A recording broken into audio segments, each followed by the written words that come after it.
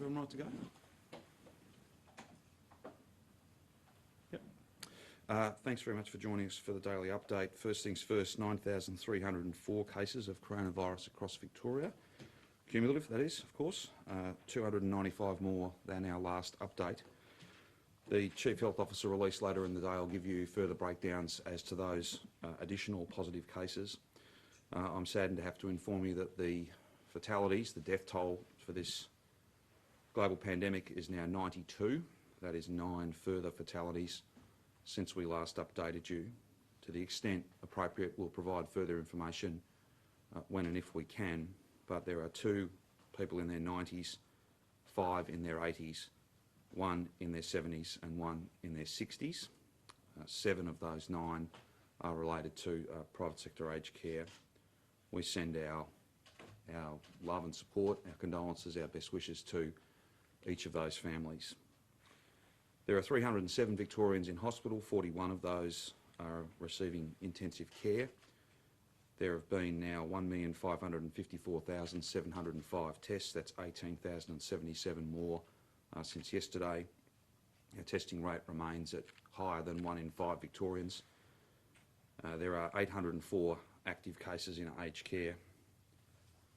There are some 502 active cases in our health workforce, and the metro regional split on active cases. There'll be a handful that are still being investigated, but in general terms there's 4,839 total active cases, some 4,575 in Melbourne and Mitchell Shire, Metro Melbourne that is, and 195 in regional Victoria. So those regional numbers off a much lower base are still low, but there's, whether it be through regional public health teams that have been stood up and a really determined focus on each of those cases, we are confident that we have those in hand, but it is a concern to us to see any cases in regional Victoria, and that's why I'm so grateful to regional Victorians who continue to do the right thing to keep those numbers low.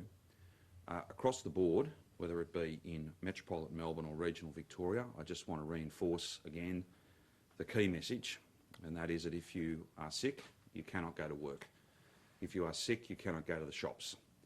If you are sick, there's only one thing to do, and that is to get tested, and to get tested quickly, and then to stay at home while you wait for your test results, and we'll get those to you as quickly as possible. And then if you are positive, of course, you need to isolate at home for a further 14 days. These are pretty simple things. We do know that there are some insecure work challenges that are driving some choices that people are making. I want to list a number of companies and different organisations that have helped us to push the message out around some support payments that we have on offer, the $300 waiting for test result payment and the $1,500 payment for those who are in insecure work and have tested positive.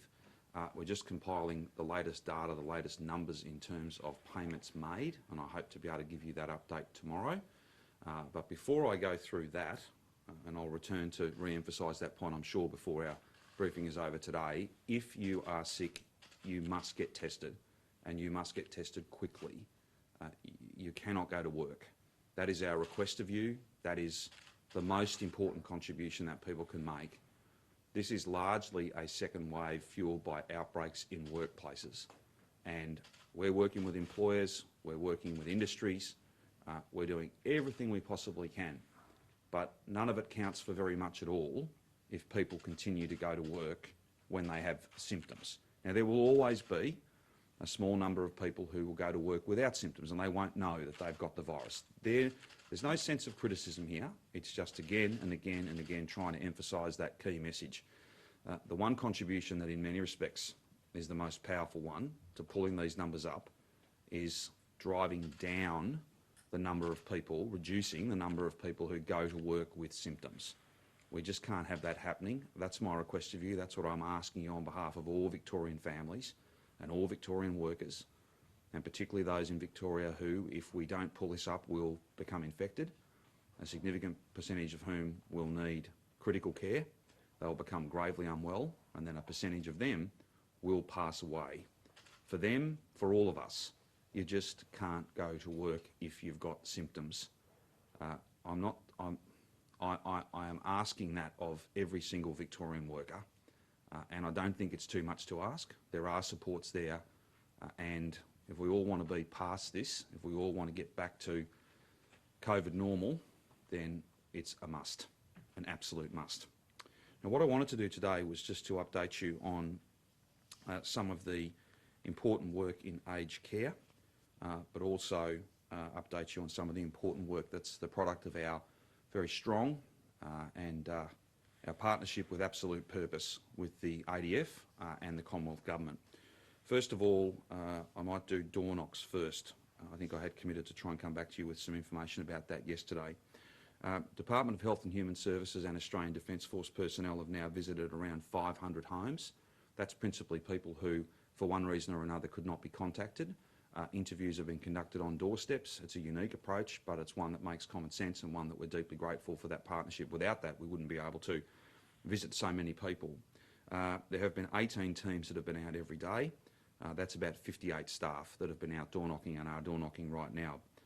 From today, though, we will increase that to around 90 staff, and each and every positive case, everybody who gets a positive result from the laboratory will be door knocked, will be visited by an ADF and DHHS team.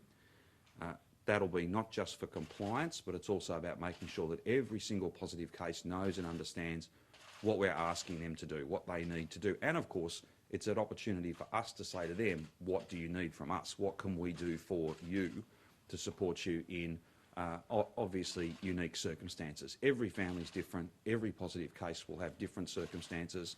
It's as much about support, reassurance, information, as it is about compliance. I can indicate, however, there have been 29 of those door knocks where people could not be found at home. They've been referred to Victoria Police.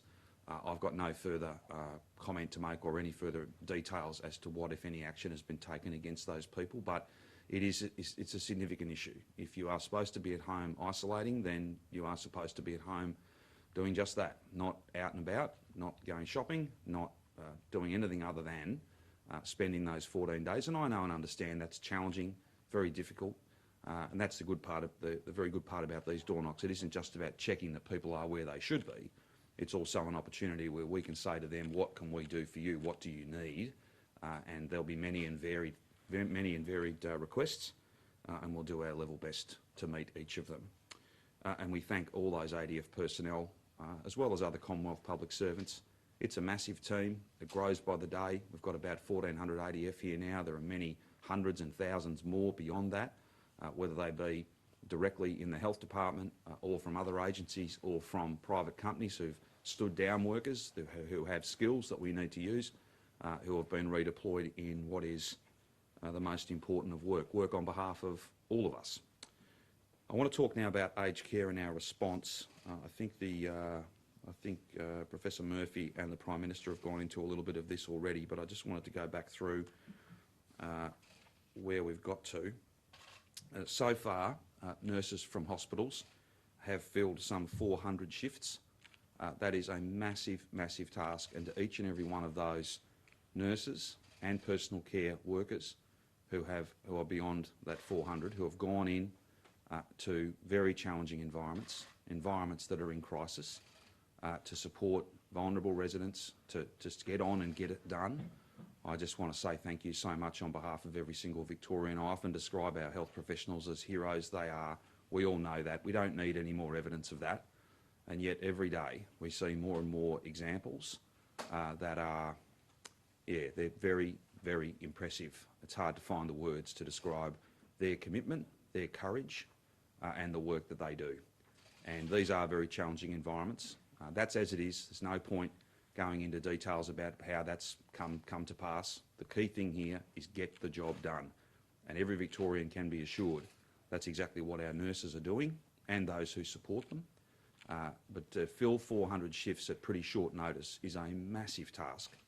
I can confirm for you that at Heritage Care, Epping Gardens, staff are being supplemented by ADF, Ramsay Health and Austin Health, and they are at significantly higher levels of support than was the case previously. At Kirkbrae, Eastern Health and the Ioneer Hospital are providing staffing assistance and clinical oversight at that particular facility. Eastern Health have closed 22 beds to free up staff to support that aged care service. Outlook Gardens in Dandenong North is being supported by Monash Health. I don't have exact numbers of how many staff have gone in there, but that is a very challenging set of circumstances, and Monash Health, as the local public health provider, are working very, very carefully and closely with that particular provider.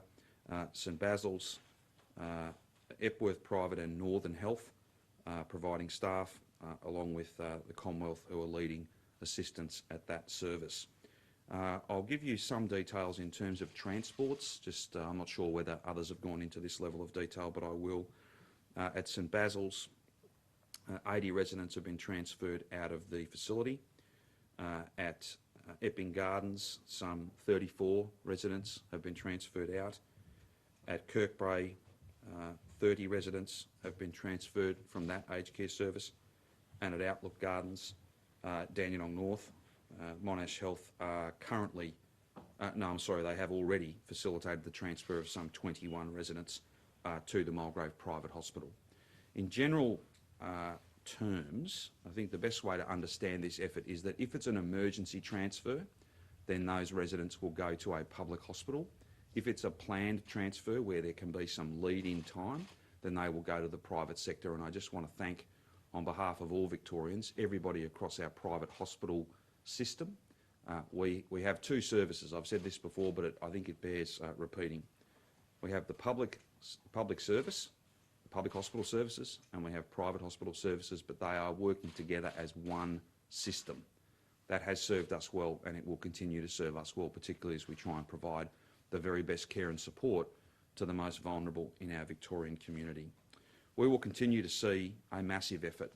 Nurses, doctors, ambulance paramedics, the sheer number of transports. I want to give a shout out. I don't think anybody else in the workforce will mind me giving a shout out to our Ambulance Victoria colleagues. They have done an amazing job, and we'll ask a lot of them in the days and weeks ahead in terms of transferring residents. It's a mighty effort, and I'm very proud of them, as I am of everybody who is working together to make sure that we get to the other side of this and that we provide the best care to all of those who need it. Now, in terms of, this is a little bit unusual, but there's a lot of things, a lot of work going on, a lot of people who are doing amazing stuff, and it's appropriate every now and then to do a list of people that you want to thank. I do want to, this is in relation to getting the message out to workers, back to that central point about not going to work if you're sick.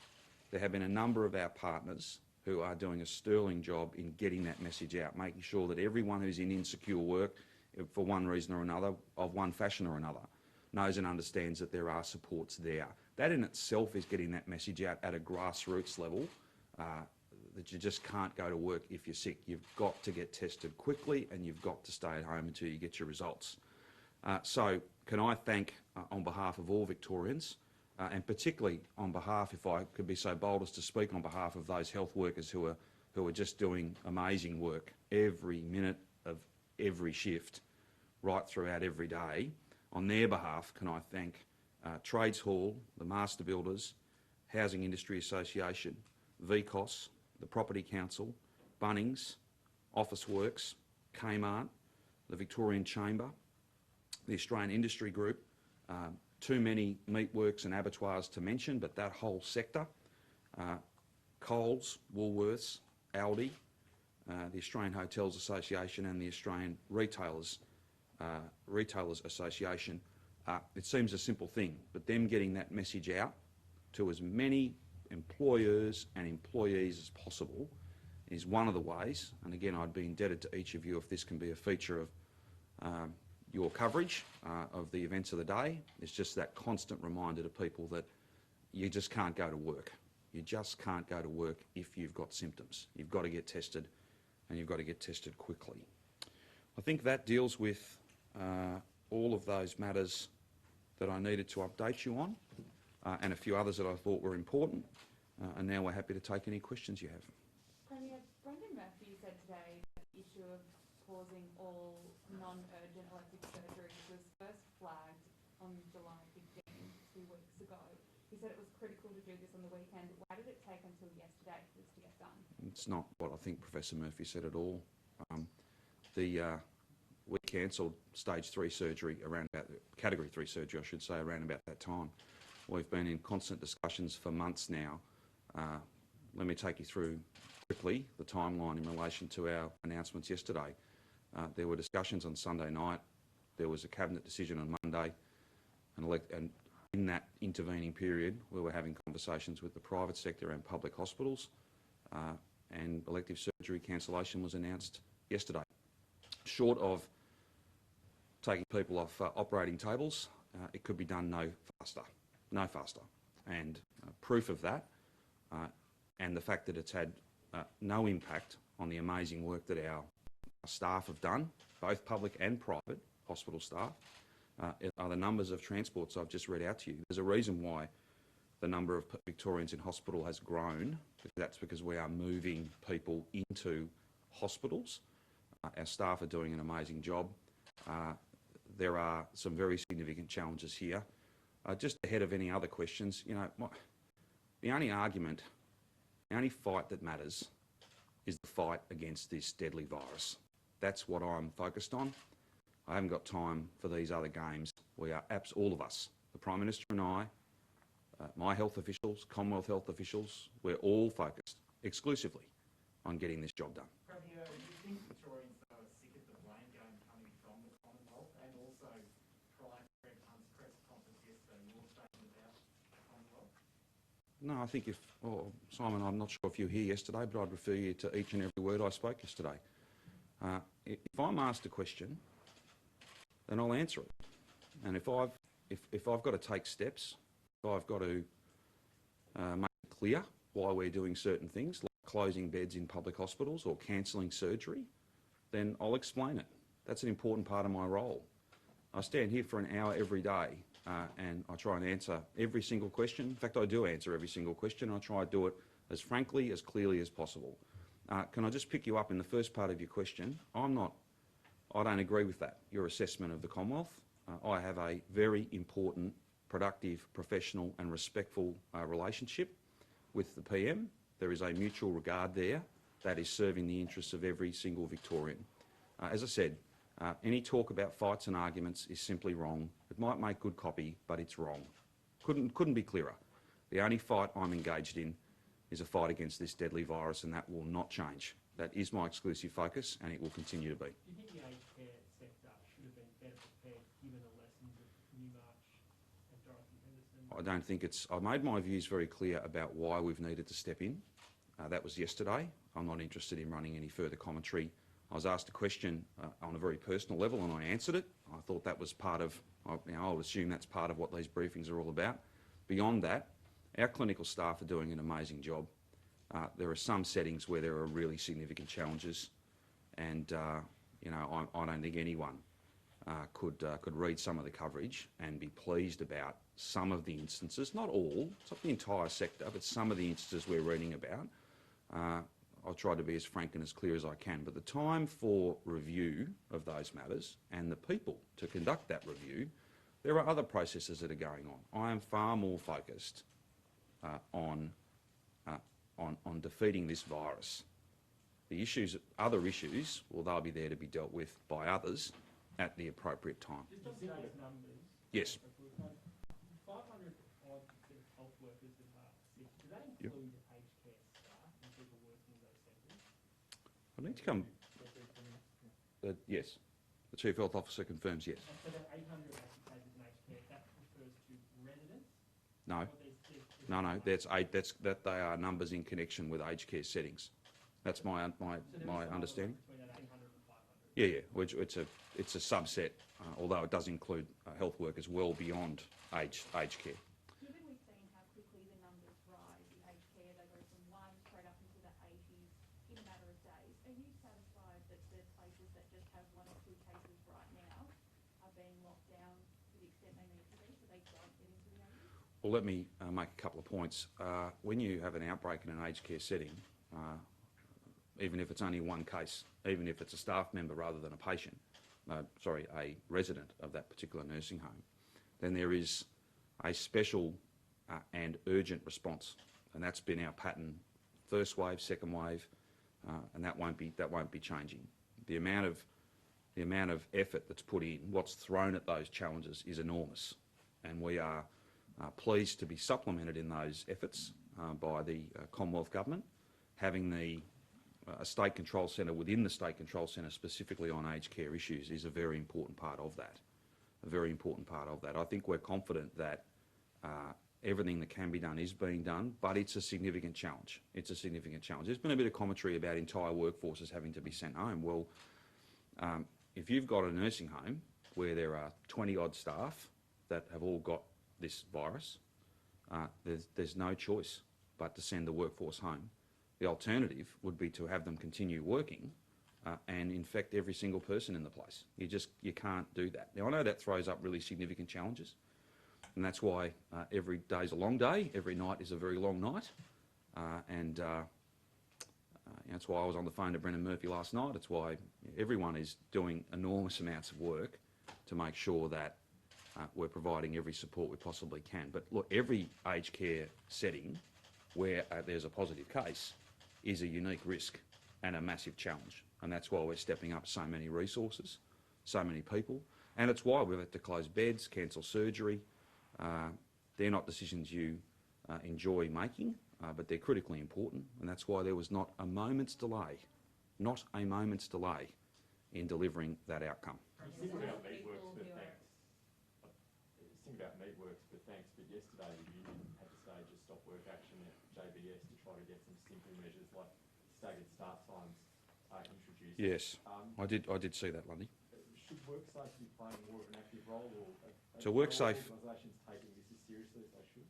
well, look, I think that there are unique challenges in different settings, and I won't make any comment on that particular business or the action that was taken yesterday, other than to say that as a result of that, there's been changes made there, and I think they're doing staggered breaks and not crowding into a very small space when they're having their downtime.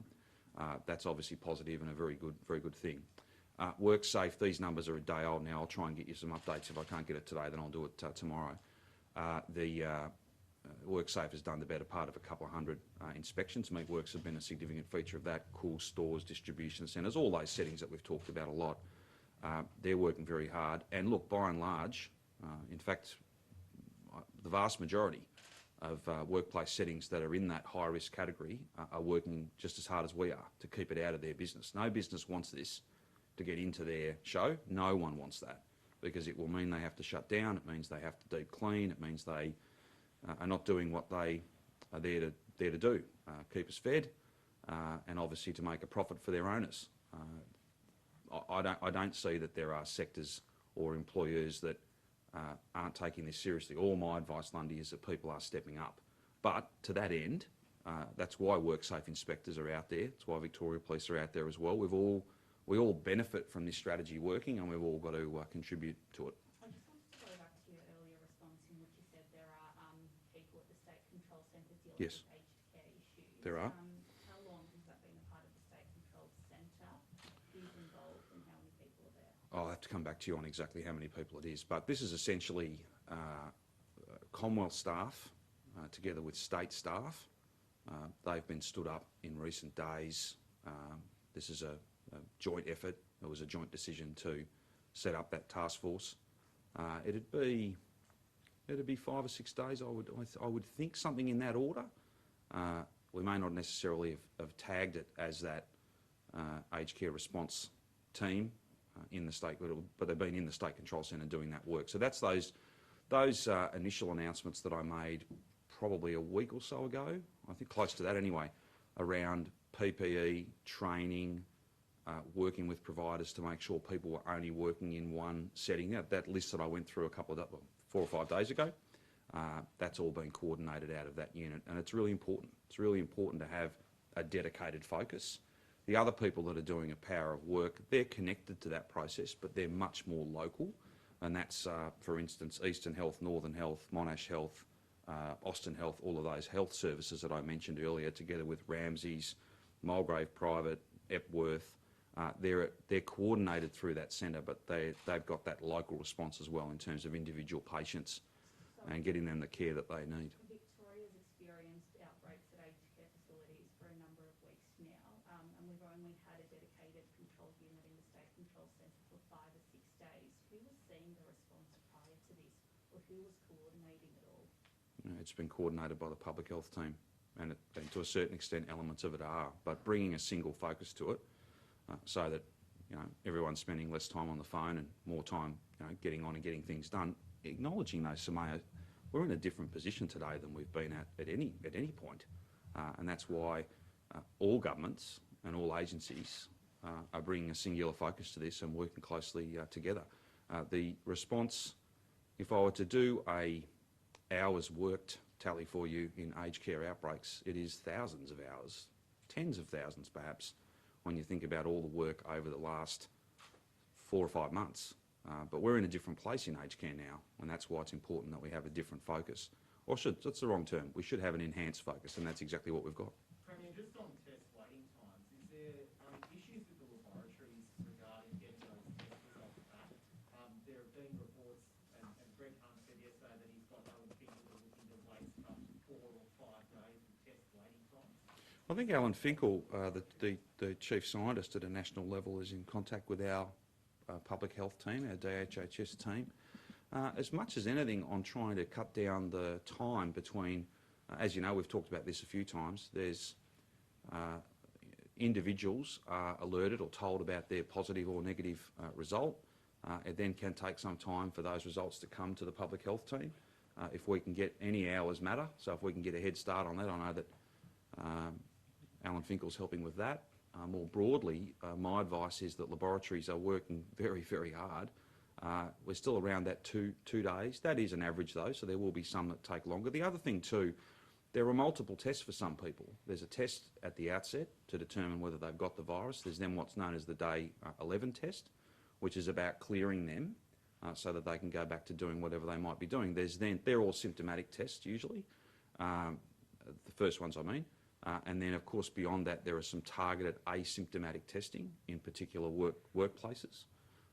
People are working as hard as they possibly can, and I think our laboratory staff, today's not just about thank yous, but we should say thank you to them. They're doing an amazing job to have processed, to have taken, so not just the labs, but the people out there at big testing sites, drive-throughs, GPs, the whole team, to have taken 1,554,705 tests and have processed those through the labs. That is a massive effort, and that delivers us one of the highest testing rates per 100,000 anywhere in the world. Is it a manual process though? For instance, last week I had to get a test because I was in a place that was a confirmed case. I was negative, but it took an entire day for the laboratory, I'm told, to get the results to the service that would send me a text message saying negative. Yeah, there are some challenges. Yes, and that's the point that it's not just Alan. There are many other people working on that particular issue, and if we can find minutes and hours between when you're notified, Simon, or any other person who's taken a test, and when we know that, and it's appropriate that the person finds out before we do, but we're trying to align that as much as we can so that if we can find minutes and hours, particularly now that we're going out door knocking every single positive case, not just for compliance. I do want to stress that.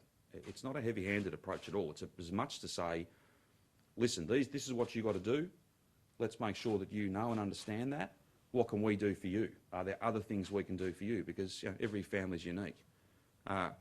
There's some work going on about that, and we're very grateful that the chief scientist is helping us with that. He's not the only one. There are some other people that are working on that too, particularly out of Melbourne Health, where there are some experts, particularly from the Victorian Infectious Diseases Reference Laboratory, people who do this every day, COVID or no COVID, and systems and having different systems talk to each other is a really important part of that. Greg, can I just ask you about some of the Is there any chance that the 6 weeks period would be cut short? Well, the first thing I'd say is that I'm not reading too much into any single day's numbers. I don't think that is necessarily the right thing to do. Obviously, it's always pleasing when there are less numbers than more, but at the same time, trends are not made in one day. We need to see these numbers over a longer period. I do hope you're right in that that becomes a trend that the data actually holds up. What I'd say on restrictions, we still have numbers that are way too high. There are many contributing factors about this, and you know, what commentaries run, I'm not particularly fussed. It's not about blame, it's simply about pointing out the one big factor that is driving these numbers being too high is people that are, for one reason or another, and there'll be some who don't know they've got it. They don't even have symptoms. But there are still numbers of people, significant numbers of people who have symptoms who are going to work, and that's why my consistent appeal is for those people to not do that. Go and get tested instead. That's the most important thing to do. As for where we're going to be in another 3 weeks, none of us can tell, but what we can be certain of is that if we all keep working together, if we all keep working hard, if we all keep following the rules, then this will be over sooner rather than later. Because it will be later if we don't drive these numbers down. It will be later if we don't all understand that our contributions, our individual decisions, the actions that we take have a direct impact, a very clear impact on the sort of transmission we see and the sort of numbers that I have to report here every day. You wanted to go to Brett, I think, was it? No? Bridget? We've got at least 2 healthcare workers that are in ICU after contracting the virus at work. How concerning is that for you to hear? Well, let me go back to the central point that I've made, I suppose, hundreds and hundreds of times. Health workers are not frontline workers. They are the last line of defence against this wildly infectious virus, this deadly virus.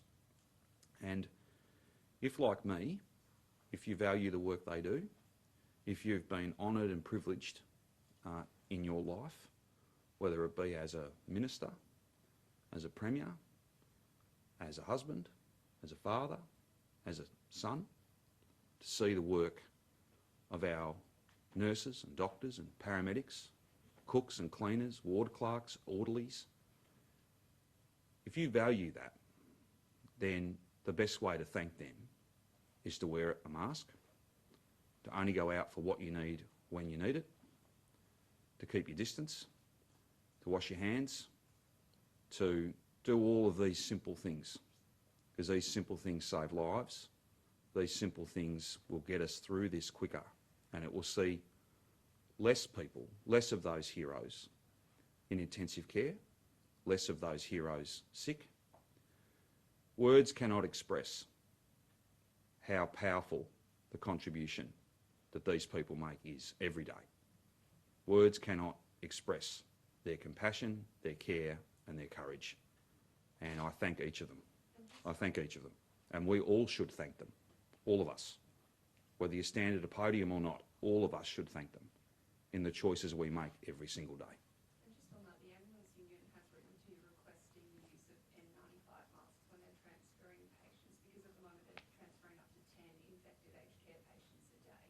So will you consider giving them those N95? Of course, we'd consider any request that's made, but ultimately the people who will consider that request in the first instance is Tony Walker and his team at Ambulance Victoria. Tony Walker and his team know and understand how important it is that we keep our paramedic workforce well, because we need them. They are time critical. They are out there saving lives every day, not just COVID issues, but dealing with all the other work that they have to deal with. I'm happy to refer that matter to them and have Ambulance Victoria come back to you, Bridget. Can I just ask, Brett? You most certainly can. On today, have you seen anything in there that, Premier talked about this is concentrated in workplaces, are you seeing that reflected in these numbers in terms of community transmission, for example, going down, or unknown cases? Community transmission cases have remained relatively stable, but not at super high levels. The real contribution in today's numbers, as for the last week or two, have been outbreak driven. And so the aged care numbers, the increase in each of those facilities on a daily basis will be a significant contributor, including the staff in those facilities. And our other outbreaks, especially the larger ones, are another significant contributor.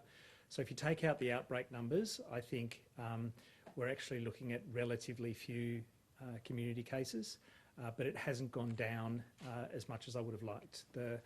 The number of cases that are so-called community transmission, where the acquisition isn't known, where the source isn't known, has remained relatively stable. Not great numbers, but not going down as much as I'd like. And are you seeing it geographically, centralised or located?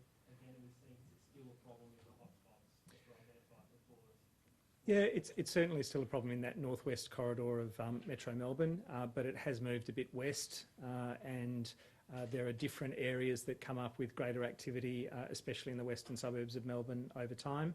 So we're following that. We're following with the testing. We're following with the communications and engagement to try and make sure that we're targeting our testing and targeting our interventions in those areas where we see transmission arise. With today's 295 cases, then roughly, do you know how many of it is community transmission? Well, there were 55 additional community transmission cases that have been flagged from the overnight numbers, but they won't relate to today's cases. This is all the work that's done when you finally close a case.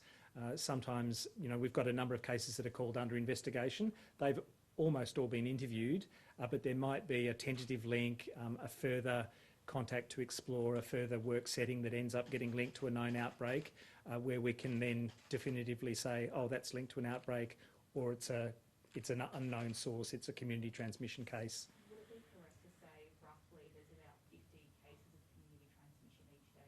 Yeah, that certainly seems to have been the trend, around 50 community transmission cases each day. Now, that doesn't sound like a lot, but we were at a point a month or so ago where we had single figures for community transmission. So that ongoing, tireless work to follow them up and their close contacts needs to continue. The 46 people in ICU, 41 I think, sorry, are they mainly aged care people, or are they sort of cross-section? I don't have a breakdown of the numbers in ICU in terms of where they've come from. As I said yesterday, there'll be a number from aged care who may be hospitalised but will not be appropriate or choose to be in intensive care. So intensive care patients tend to be those with a greater chance of survival and where their wishes and the wishes of their family are for intensive treatment. So I'm not sure the answer, but it'll be relatively younger than the cohort in aged care. So there's people in the hospital who are unfortunately just waiting to die, in other words, but they're not going to ICU. Look, yeah, there are some aged care residents who are being palliated in their home, and others who have gone to hospital for the support of palliative care or end of life care.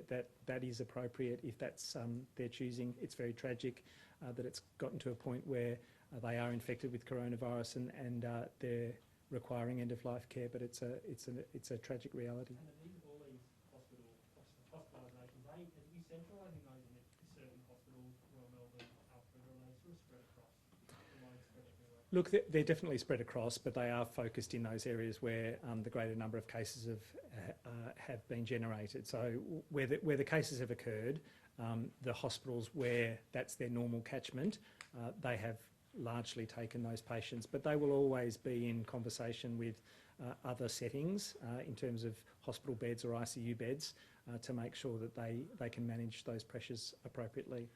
Brett, just to be 100% clear, there's been cases about 90 health workers who have confirmed cases of coronavirus. Is that all aged care?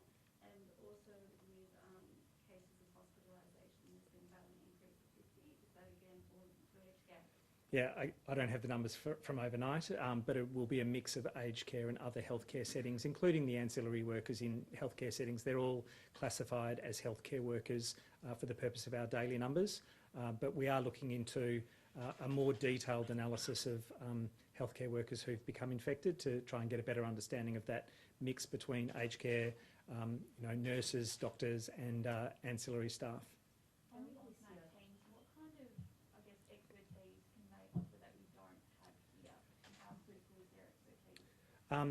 Having been an AUSMAT worker myself and having deployed overseas, there's a real mix of skills for AUSMATeers. Look, they'll be largely medical with health expertise, but they also come with really broad epidemiological experience. There's a lot of disaster management experience that they have.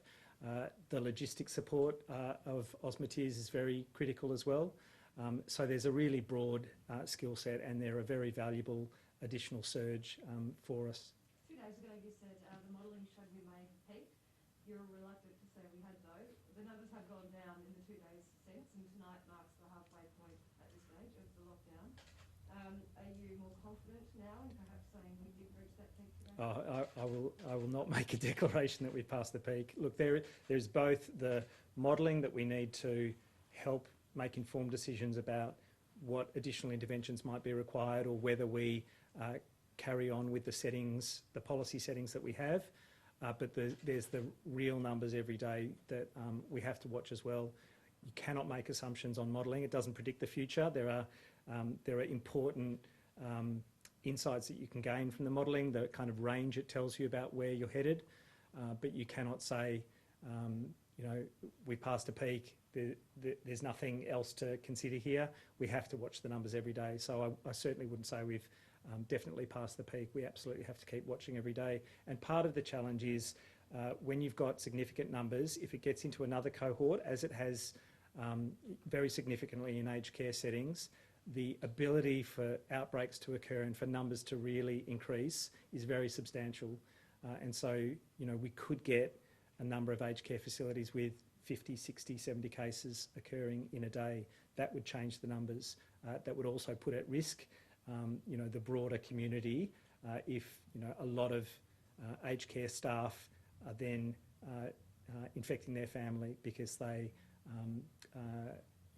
infectious before they've developed symptoms going home. At the start of the pandemic, the Premier Health Minister announced a multi-billion-dollar package to boost ICU capacity. What's our capacity at the moment? I'll hand over to the Minister for that.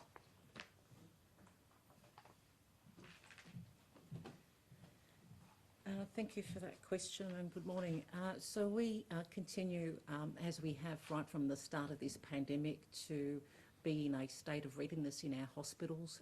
We now have 800 operational ICU beds in Victoria. That's about double where we started at the start of the year, and we have additional spaces and the equipment ready to deploy up to 1,200 ICU beds if they're required. We have additional surge capacity. We've got ventilators in our centralised warehouse, so we have the medical equipment necessary to flex up and create more surge capacity if that's needed. But of course, every effort that we're making at the moment is to bring those numbers down of people in hospital and in our ICUs. And if people do follow the stage 3 restrictions, limit their movements, staying at home as much as possible, wearing a mask when they leave their home, complying with all of those stay-at-home directions, then we should be starting to then see numbers come down. So we certainly hope that we don't need to utilise any more ICU capacity, but our hospitals are ready and prepared if that's required. And then can I just ask you about business grants? Do you know how many of those $5,000 business support grants have been distributed? I don't have an update that's recent. I had an update a week ago or so, but I can get you on Monday. I'm more than happy to chase that up. I just wanted to ask about Basils as well. Yes. Just in terms of, why was staff pulled out of St Basils without transitional arrangements in place to look after residents? Well, what's happened at St Basil's is there are a number of staff that were positive. There was not confidence that they could be contained, that they could not infect residents that didn't have the virus. So the appropriate decision was made to send them home. That's not out of step with what happens with aged care more broadly. The reason they're treated as separate outbreaks and given very special treatment is that we err on the side of caution. Beyond that, there was a team sent in by the Commonwealth. Clearly, the task was probably bigger than anybody thought, and on that basis, additional staff had to be sent in. Would it have been, I guess, not more appropriate to bring in the staff and then transition out the aged care staff? Well, not if staff are not wearing protective equipment, Samaya. Not if staff run the risk. In fact, it is a certainty that to have not done what we did would have meant more people finished up with this virus. That's the judgment that was made. Is it an ideal circumstance to have to furlough a workforce as quickly and as bluntly as that? No, it's not. Of course it isn't. But that's what you're confronted with. And I just put it to you that, you know, looking back at these things is, I've barely got time to do it, but just humour me. What's the alternative? The alternative is, oh, well, this will be incredibly disruptive. Let's just leave those staff there. We haven't got a lot of confidence that they won't spread it. In fact, we're certain they will. But let's just leave them there because that'll be a really inconvenient and difficult thing. No, that was not the decision that was made. And what's more, everyone threw everything they could at that problem. It turned out that the challenge was probably beyond, no sense of criticism of anybody, but the challenge was probably beyond those that were tasked to do that. That's why we very quickly added in extra staff and indeed took residents out. At that aged care facility, at every aged care facility, whether it be Commonwealth support, state support, public hospital, private hospital, ambulance, paramedics, public health team, everyone is doing their level best. This is incredibly challenging, and that's why everyone's working really hard. You've previously also indicated that workplace transmission has been an issue since mid-May. So it's taken us almost 4 months to actually, to force employers to notify WorkSafe immediately if they become aware that a worker has received a COVID test. Why has it taken us this long? Well, because you're constantly looking for improvement, and it's not like we've had large numbers of cases where we haven't known, but it's just about taking every step you can. This is a relatively simple thing, but it's a really important thing. We don't want a situation where any workplace is the subject of an outbreak and they don't know. So again, I would not expect there'll be too many of these penalties will have to be issued. They're very substantial fines, but I don't think it'll come to that because, as I said, I think to Lundy earlier on, and when I read out that list of different employers and others who are working really hard to get the message out to make sure they're doing everything they possibly can, from temperature checks to mask wearing to hand hygiene to the lunchroom being big enough and all of those things. I think everyone's doing their very best, but it's a useful thing just to make sure that every single case, and not even one, happens without the public health team knowing about it. I've got a question that might be for something about families. Some are saying that they're not able to see their loved ones even after they've passed because there's kind of mixed science messages around if people are still contagious once they've passed. What is the information on that? Yeah, in relation to individuals being potentially infectious after they've died, I'm actually not sure what the science has said. But in the same way that we give exemptions for relatives to visit their family members during a time of end-of-life care, those same exemptions could apply after someone has died. There's no reason that we couldn't consider those exemptions and allow them with PPE as a absolutely precautionary measure to be able to see their loved ones. I certainly wouldn't want anyone to believe that they've got no opportunity to see a loved one after they've died. I mean that someone would have to, if there was, say, a viewing situation, those family members would then have to isolate after that viewing if it was, an open situation. No, if a family member either sees someone for end-of-life care or visits in a hospital and wears all of the appropriate personal protective equipment, there's no need to quarantine for 14 days after that because they haven't, with all of the very precautionary PPE, they essentially haven't been exposed. Does that mean that people would have to wear PPE to a funeral? Not for a funeral, no. Obviously, there are precautions that are taken, but there isn't a concern about exposure at a funeral. I just wanted to ask you about the conditions of contact tracers. We've heard from some today who say, it's a very exhausting process. They're working, full time during the week and then weekend shifts. They're getting yelled at over the phone by people that they're contacting. Can you sort of maybe walk us through what some contact tracers are experiencing when they are calling close contacts with people? Look, I don't have that individual oversight for the contact tracers. What I do know is that they are absolute gold as workers. They have been tireless. We have tried to implement an appropriate span of control for all of their supervisors and their team leaders so that they can appropriately manage the rosters, appropriately manage the shifts. But the work is absolutely gruelling, and of course it's clear that people on the phone will be very frustrated at times, either because of their own state of health, their psychological state in isolation or quarantine, and it's tough to be on the phone day after day, time after time in those circumstances. But they do literally some of the most critical work that's going on in the country right now, and they have my absolute support. Colac now has 50 or so active cases. Is there any discussion about returning Colac and the Geelong area back to harsher restrictions? So all of those conversations are ongoing. Certainly what we know for Colac is that the vast majority of those cases are related to an outbreak. We know who the close contacts are, we know what the controls are to put in place there, but we do need to keep an eye on those other cases in Colac that may not be related to that outbreak or may not be able to be linked back to that outbreak. That's a consideration for Colac, as it is for all regional areas. So it's really a question on digging down to those cases to understand if there's some community cases that don't have an obvious source, because they're the ones of concern. But at the moment for Colac, it's overwhelmingly related to an outbreak where we're following up and quarantining those close contacts, and that there's been very broad testing across the entire workforce. Question. Can I just ask the Premier another, if I had $1 every time you asked this question? Parliament. Sorry, Samar, you have. I'm sure it's a product of the humour of your joke, but also lack of sleep maybe. Sorry to laugh, it's not a day for laughter. Is Parliament going back next week? I can read that. Is that, yep? You can read my lips through. I can. What's the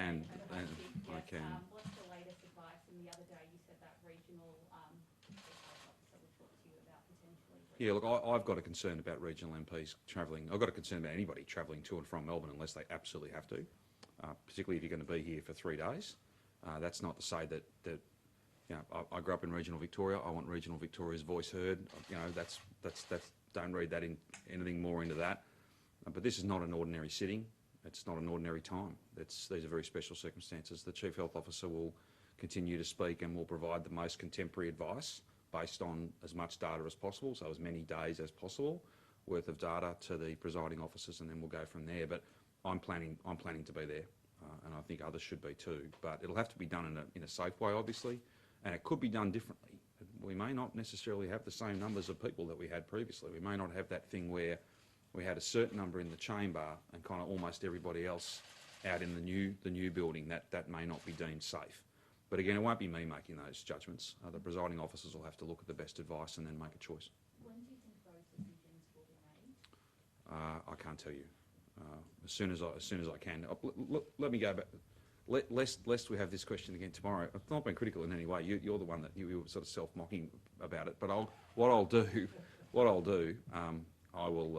get some further advice on the progress they're making.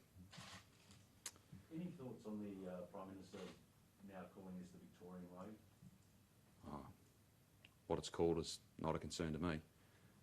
The only thing I'm focused on is defeating this virus and saving lives and getting us to the other side of this second wave as fast as we possibly can. But I can't do that on my own. That's why I've got to stand here every day and ask people to continue doing a lot.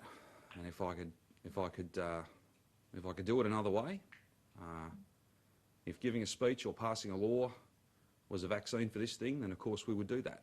But it isn't. We've all got to acknowledge premiers, prime ministers, doctors, nurses, punters, all of us, we have to follow the rules. We have to continue to work hard. We have to continue to make sure that we're, in our own decisions, contributing to less virus, not more, less infections, not more, less hospitalisation, less death, not more. That's just where we find ourselves. What it's called is of no concern to me. Can I, because we have done a few thank yous today, can I just thank every single Victorian, whether you're in Melbourne or Mitchell Shire, or you're in the smallest country town at the furthest point from Melbourne. thank you so much for doing the right thing. Thank you so much for the contribution that you're making. I know this is challenging. It is very challenging. This is a winter like none other. But we will get through this and to the other side of it only if we all stick together, only if we all stick to the rules and make the right decisions. And I'll just finish where I started. If you are sick, regardless of the mildness of your symptoms, regardless of where you work, if you are sick, get tested and get tested quickly. Do not go to work. Do not go to Bunnings. Do not go to Coles. Get tested quickly, and then wait for the results. And that'll be, in many respects, one of the most powerful, impactful things that you will have ever done, because the alternative is to spread this virus further and to see more people die. Any other issues? Thank you all. We'll see you tomorrow.